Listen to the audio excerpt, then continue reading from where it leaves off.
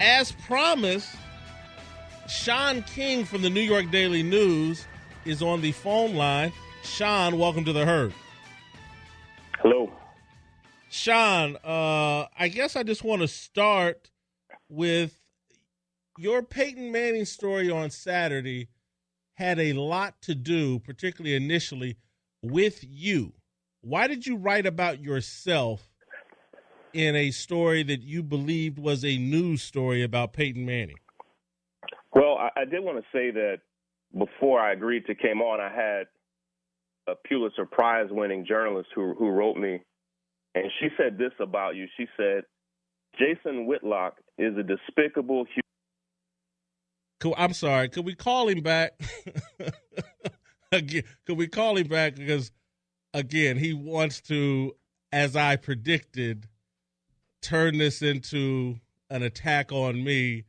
And, you know, he's saying that he has I'm sorry, call him back. We'll bring him back up again. I'm sorry, but he's starting out the interview with an attack on me. I want to talk about his story. He can, if we want to go to the personal attack route, that's better for Twitter. We're actually doing a radio show about a news story that I thought and assume that he's proud of. So, Shaun, I think if we want to go the personal attack route, we should probably do that over Twitter. This is a radio show, and so I actually wanted to talk about your story and why it was constructed the way that it was. And so if you could I think we need to address a few realities, and I don't know if it made the air or not, but what I was saying was, before I came on, Shaun, what I want to do is talk about your story, not some alleged writer's alleged personal opinion of me. If you want to have a discussion about your story, we can do that. If you want to engage in a Twitter war of allegations, we can do that over Twitter. And again, I think the problem that some people are having with your story is you're comfortable throwing out allegations. And again, now we got to take your word of what some alleged Pulitzer Prize winner has said about me. Not sure if that's the right thing to do. So I'm going to try again to talk about your story. And so I would like to hear you talk about your actual story. Shaun, are you still with me? I'm still with you, but let's at least frame it in the context that you have a demonstrated history. All right, well, Shaun, thank you very much. Thank you very much. We're going to let Shaun go. We tried. Listen, I'm very comfortable. There's been a lot of things written about me. A lot. I'm not ashamed of any of it. Most of it's untrue. And so I can point you to links over at Deadspin and other Newsweek, New York Magazine that have written a lot of things about me. And we could do that show about me. But again, this is a show about your story and Peyton Manning and, you know, what some alleged Pulitzer Prize winner thinks of me is pure speculation. And again, I don't want to turn this over to a choir of my peers and people that have to work with me. But Andrew, help me out here. Should we engage? Yes. I gotta say, just sitting here and watching this, I would have known. He said something about despicable. You being despicable. I'm like, where is he going with this? Keep him on. Then you hung up. And I was like, should I say something? I mean, I so thought, you want to hear this? Absolutely. Let's bring him on. Let the lion out of the cage. Let's do it then. Maybe because if you're telling me that's where the discussion about me is what you want to hear. Sure, why not? You know, look, if he's injecting himself into the story, that's why he wants you to be in the story as well. Go down the rabbit hole. Let's see what happens. If you want to hang up again, That's just as entertaining, but bring him back one more time. All right. You've talked me into it. Completely against my instincts. I think we have him on the line. By the way, other people call in 866-987-2570. Maybe this is the path we should go down. Andrew has talked me into it. Andrew has sided with you, Shaun. Go ahead. You have the floor.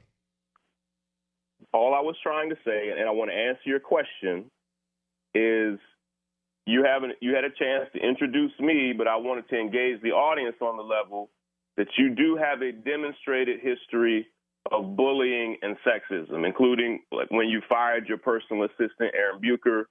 She wrote a 25-page letter about it, saying that you shamed her and punished her. Those are quotes from her, and that you were abusive.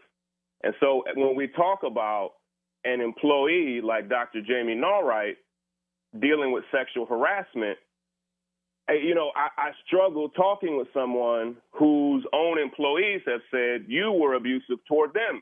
And so I'm saying that you don't really have the moral high ground to talk about an abusive workplace because you have. All right, well, Shaun, here's what I want to talk about. Your story. I don't want to talk about an abusive workplace.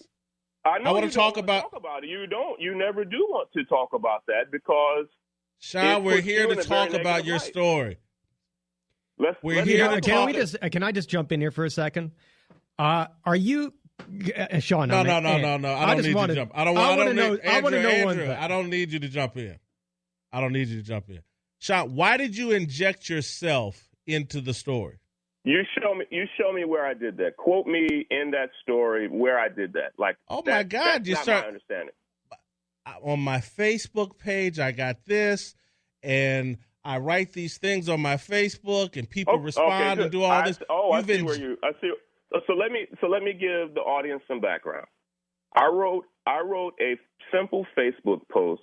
No. We already know that. We've read it in the story. I'm asking you why you did it. I wanted to right, and let me explain it. Okay, well, let me ask the question a different way. Do you understand that as a journalist, when you're breaking news allegedly, it's not about you. It's about the news. Not. Of course it's not. But I thought the audience deserved to understand how I received the 74-page document. Are you aware at all that the 74-page document had been released by her lawyers in 2003? So that is not factually true. Publicly in the media. No one has ever publicly released it. And until I released it, it was not publicly available. And no one had written about it. No one had shared it. No. We just had a reporter on from the Indianapolis Star that did write about it, got the documents from her lawyers in 2003, and wrote all about this. We're saying two different things. USA Today wrote about the document. Indianapolis Star wrote about it. But the document itself, the 74 pages of it, had never been released. Like, if you combine... Okay, Shaun, are you aware that many things written before the internet... Okay? Like, this is not... Many things written before the internet have not been published on the internet. The internet, before, it wasn't even capable of holding all these... The document had never been released before. And inside of that document are about a dozen affidavits, not my opinions, not legal thoughts from her attorneys or from Dr. Norwright, but affidavits from athletes, athlete after athlete, who said that Peyton Manning deliberately misrepresented an incident with Dr. Jamie Norwright over and over and over again. His own teammates said this. A member of the track and field team, Malcolm Saxon, said, "Please, Peyton, come clean. You did not moon me. I do not know why you're representing it this way." Shaun, I've asked you a simple question. Again, we've all read your story. It's all been talked about. You're going over things we already know. I'm asking why you injected yourself into the story. And again, that document had never been released. And the only time I spoke about myself, the instances that you named, mentioning my Facebook page, was because someone on my Facebook page said, "Did you know that there were sexual assault allegations?" And so I included as an anecdote in my story, actually, no. And, I talked with Stephen A. Smith yesterday, and he's a sports journalist. No, Stephen A. Smith is not a sports journalist. Yeah, he's a sports Stephen personality. A. Smith, I never heard of it. Well, Stephen A. Smith's ignorance of what is out there is not proof that you have revealed something that hasn't been out there. Out of the dozen sports writers that I talked with, 10 of them said they actually did not know of the allegation. And their ignorance of the allegation is not proof that it was hidden. It's proof of their ignorance. No. Yes, it is. You said the document had already been released. The document had not been publicly released, and it was not publicly available. And all I did was give some background into that. Anything that has been written or published about her alleging that he sat on her face or put his butt and genitals on her face, reported in the Indianapolis Star. Malcolm Saxon's letter reported in the Indianapolis Star in 2003. People claim, well, I didn't know. Well, you know how much stuff people don't know? Many things that, hell, I don't know what I did in 2003. I can't remember. So ignorance of it and just... Yeah, but that doesn't mean that a 74-page document that went far beyond what the USA Today or the Indianapolis Star... In what regard did it go far beyond? In your story, what went beyond Malcolm Saxon and her allegation that he put his butt and genitals on her face? Those things were reported. What was in your story that was so much far beyond?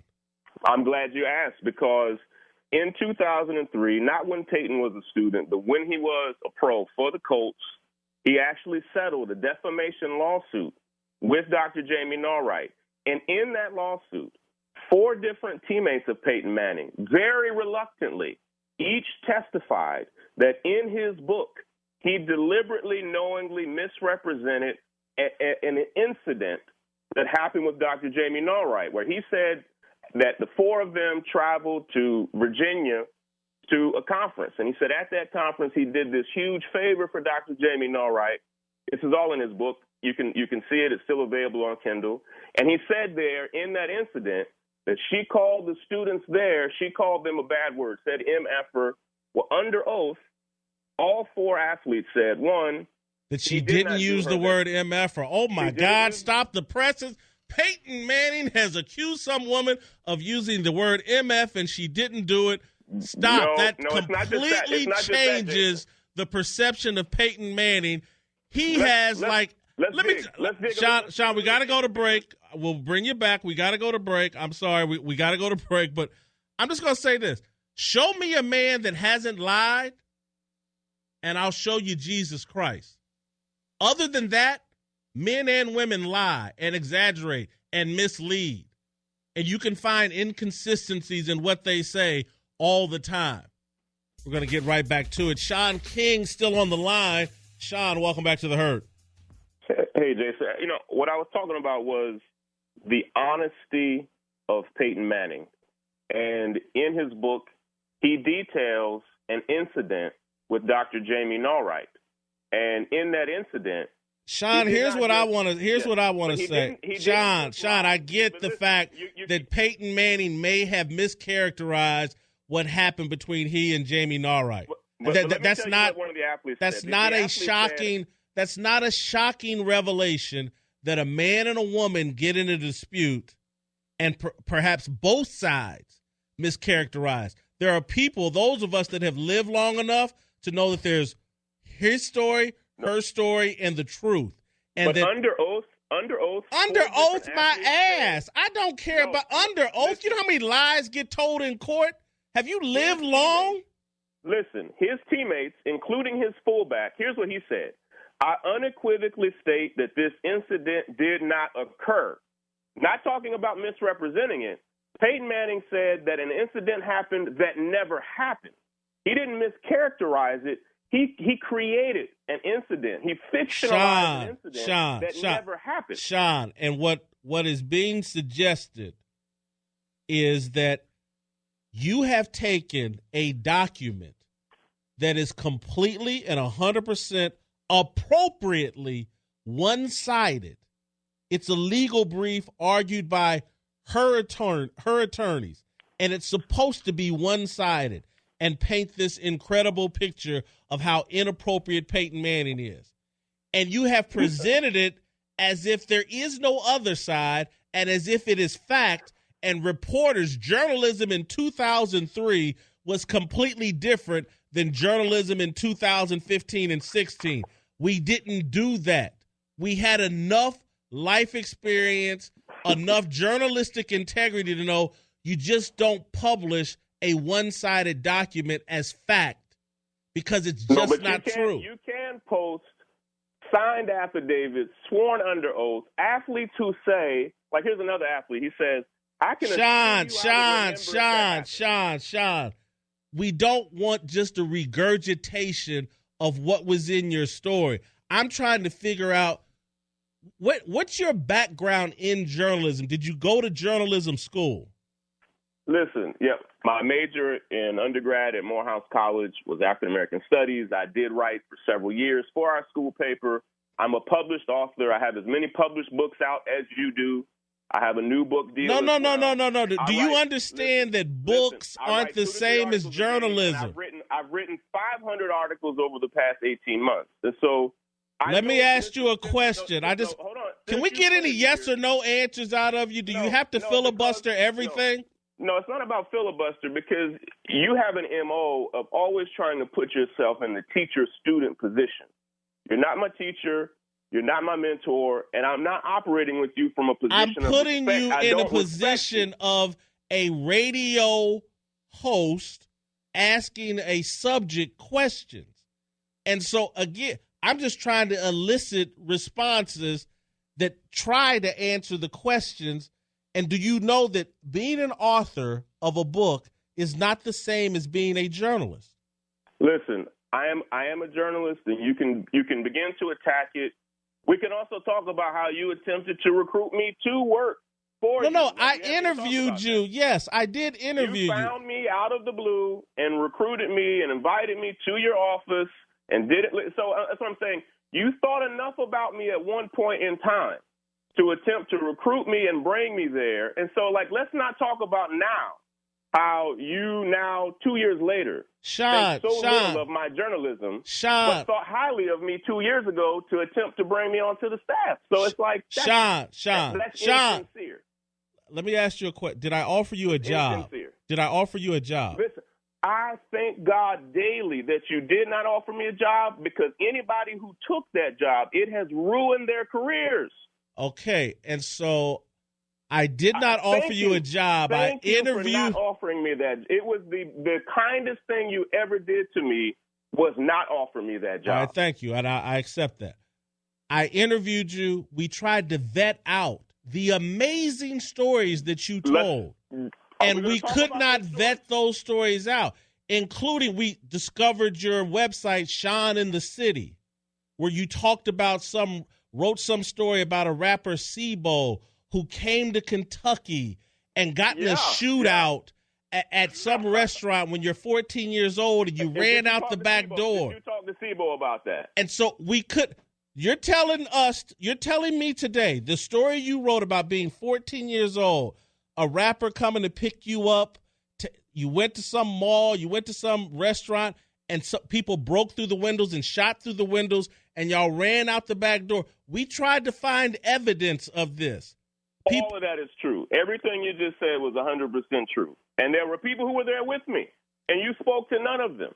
You didn't speak to Sebo. You didn't speak to anybody who was on AWOL records. I've talked to those guys since. And so you're telling me that hundreds of people came to this little restaurant, they shot through the windows, you and the other guys ran, and there's no newspaper reports, there's no police records of this. This was all, but we're just supposed to take your word for it. No, I don't expect you to take my word for it. Why don't you interview people who were there? Talk to Sebo himself. Talk to other people.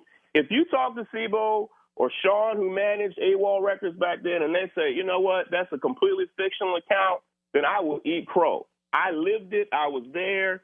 I was there with Roger Matthews. I was there. No with one Rico called Morton. The police. No one, nothing. Of course they did. Of course they did. So there should be a police record that we could find, that we tried to find. There should be some kind of newspaper story, a prominent rapper comes to town and there's a shootout in a small town in Kentucky and there's nothing? Let's dig. And again, if you don't accept it as true, that's on you. But I completely 100%, I'll stake my entire life on that story. And so, again, Hope Mob and the charity that you ran and the $160,000 salary that you took from that.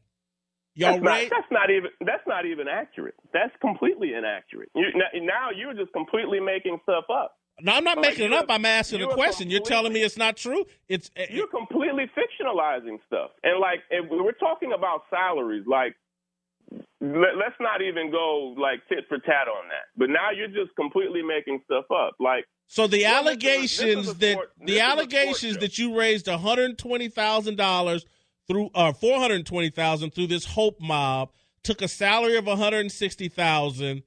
Completely inaccurate. Let me explain how Hope Mob worked to you. Hope Mob was a crowdfunding platform. People on the platform raised money for stories. Any money that people raised for stories on that platform, 100% of that money went to them. We raised money for operations separate from that. So we had an entire staff and an entire budget just for our operations. But we raised money for hundreds and hundreds of stories, and I didn't receive a penny, not a single dime of that. So, of course, we had a completely separate operations fund. I received a salary. I received housing allowance, all those types of things, of course. We relocated from Atlanta to New York. Of course that happened. But you're inferring that I raised money for people's humanitarian efforts and took a dime of that, which never happened. It's a crowdfunding platform. People raise money for their stories, and they receive their money for those stories. Did you take a salary of $160,000 from Hope Mob? No, absolutely not. And I've already said that to you. That's completely inaccurate. Completely inaccurate. And so the reports of that, not by me. I gave to Hope Mob that year over $100,000 of my own money. So this. You had $100,000 of your own money just laying around to give to this charity. What you don't understand, I guess part of it is that you don't know me. At the time, I was running a startup called Upfront. I sold my stake in that startup. We have, it was an invention. Like, we have things that we invented for this startup. And we sold intellectual property, also got $75,000 for a book advance. Like, I think your notion of thought of me is that I'm some broke dude who couldn't have money to actually do good in the world. But that's not my reality. The reality that I keep seeing reported is that you started a lot of charities, and that many of them end in. DeRay McKesson would be DeRay McKesson would be the person I would point to the most. You don't respect DeRay. You have been speaking negatively about DeRay. What does that have to do with the fact that he has accused you of being involved with a charity, Justice for All or Justice Together? He has not accused me of that. You continue to misrepresent people. You find one person or one family who says I ever raised a dime for them that they did not receive. Find them and bring them on the air. Find anybody who ever says I've wronged them, and please give them a platform. They do not exist. Every person in the Black Lives Matter movement, every family, be it the family of Mike Brown, of Tamir Rice, or any family who's been affected by police brutality that I've raised money for, they've received every single dime of that. Not a dime of that has gone toward me. So, as we speak, right now, Harvard Law School and the Criminal Justice Institute is doing a full investigation. You can talk to Dr. Ronald Sullivan, who's overseeing that investigation. Of the $735,000 that I have raised over the past 2 years for this movement, all of it, 100% of it, has gone to exactly who it was raised for. So why did DeRay McKesson publicly accuse you or question you about the money for Justice Together? That's inaccurate. He didn't do that. DeRay McKesson did not publicly question you over Twitter about what happened with Justice Together. Nope. No, it didn't happen. Didn't happen. What was the dispute about between you and DeRay McKesson where they apparently kicked you out of Black Lives Matter? That didn't happen? Of course I'm not kicked out of, like, I'm not sure you understand this, but the Black Lives Matter movement, DeRay is not the president of that. No, the hashtag and the official organization was started by 3 Black queer women who I actually engage with and talk with regularly. I still work for and within this movement. So no one kicked me out of it, and I haven't been put out of the movement. See, what happens is, throughout history, and you know this, there have always been Black men who've been paid by white men to speak negatively about Black folk and their movements. You are now that guy. You are the guy that white folk prop up to tear down Black folk and their movements. That's why you call Beyonce a coward in your latest article, which is ridiculous. First of all, fundamentally ridiculous. Let me correct you. I said her publicity stunt was cowardly. I did not say stunt? Her halftime Super Bowl stunt publicity was cowardly. I didn't call her coward. I said it was cowardly. Oh, okay. If she wanted to make a political statement, she should have womaned up like John Carlos and Tommy Smith and not done it through all these little subliminal messages and tying things together. And yes, there is a difference between calling someone's act cowardly and calling them a coward. There is a difference. I have done many cowardly things. I don't consider myself a coward. Most people do many inappropriate or things that can be described negatively that doesn't say that's who they are in totality. Right, but calling that performance cowardly? If it was supposed to be a political statement, it was cowardly.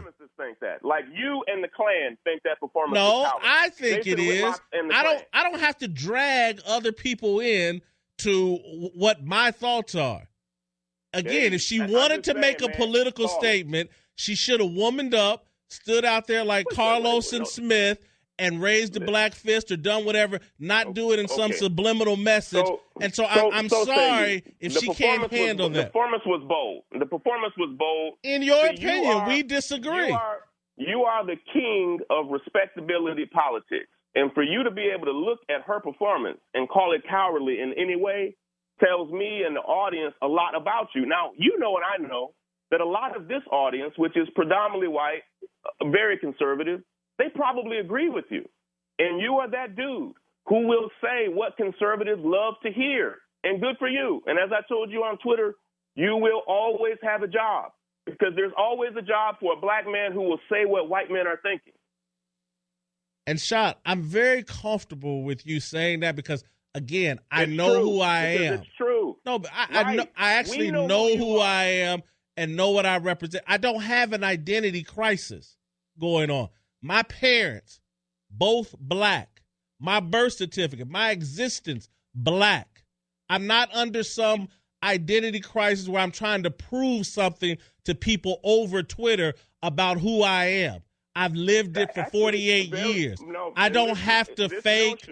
I don't have to pretend to be somebody I'm not.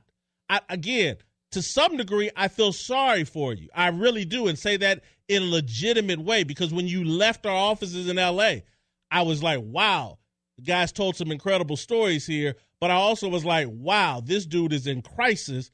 His life has been in crisis. It's clear as day. You recruited me there. And so listen, I brought you in for an interview. Do you know what the difference is between an interview and a recruiting process? Because a recruiting process ends with a scholarship offer. An interview ends with, man, that dude's a hot mess. We're moving on. Like let me share some stuff as we think about Peyton Manning, though. In the 27 months that you were overseeing the Undefeated at ESPN, not a single woman on your staff was allowed to publish an article. Like, that's weird to me. In the 27 months that I was there, I wasn't there 27 months. So thank you. And how many, say it then, was it 19 months or 12 months? Zero women under your watch published an article. Zero. That to me gives us insight when you begin to read these documents about a woman who was harassed at the University of Tennessee. We're talking about a man who hired women to write but then never allowed them to write. Shaun, I'm just going to set the record straight. No women wrote under your watch. That's true. Hired right? editors. We didn't Did hire any women write under your watch? We didn't hire a female writer. We hired female editors. There were no. We hired editors. I'm stating facts. We didn't hire any female writers. I'm stating facts. Then you have pled guilty to the reality that during your time there and your tenure, not only did no females write, you didn't hire any women to write for you. And what I'm saying is, even it is true that you did hire a woman as your assistant, but then fired her, quote unquote, for speaking out of turn. Like that's crazy to me. And ESPN even made a statement saying, yes, Jason did violate policy in the way he treated this woman, and you fired a woman for not speaking at the right time. Like, blows my mind. And now this inference that I am pretending to be black, I am biracial, I've already shared details of my story. I've gone to great lengths to share it, but you coming for me on it shows me and teaches all of us what you think blackness is. Yes, you are of a darker hue than me, but brother, I am blacker than you every day of the week. And if appealing to people over Twitter with short-term... We're not on Twitter. We're here. We're on radio. I just let you speak. Occasionally, just let me finish a thought. If appealing to people via Twitter or on radio through short-sighted, hey, Cam Newton's getting criticized, let me tear down a white guy, that proves my blackness. If that is what blackness is, if that's what blackness is, I wasn't raised properly by my parents and my family, because that's not what we thought blackness was. And it never had a damn thing to do with tearing white people down. It always had something to do with building us up and doing positive things and moving yourself and your family forward and representing yourself and your family in a positive way. Shaun King, I have a long list of people that you've torn down. You have a history. Shaun, if you can show me any record, of me going after anybody the way you've gone after Peyton Manning, I would sit here and listen to that. I would sit here and listen to that. But if you could, the list is long. And you know what? The list includes just as many white folks as black folks, because I'm equal opportunity about who I go after. That's why I've had no problem going after a white guy at the New York Daily News, masquerading, working out his identity issues through Peyton Manning and others. It's inappropriate. It's wrong. It's not pro-black. I appreciate you coming on the show. I really do. I've given you your time to attack me. I'm glad you've had it. I hope it satisfied people and satisfied you. But again, your story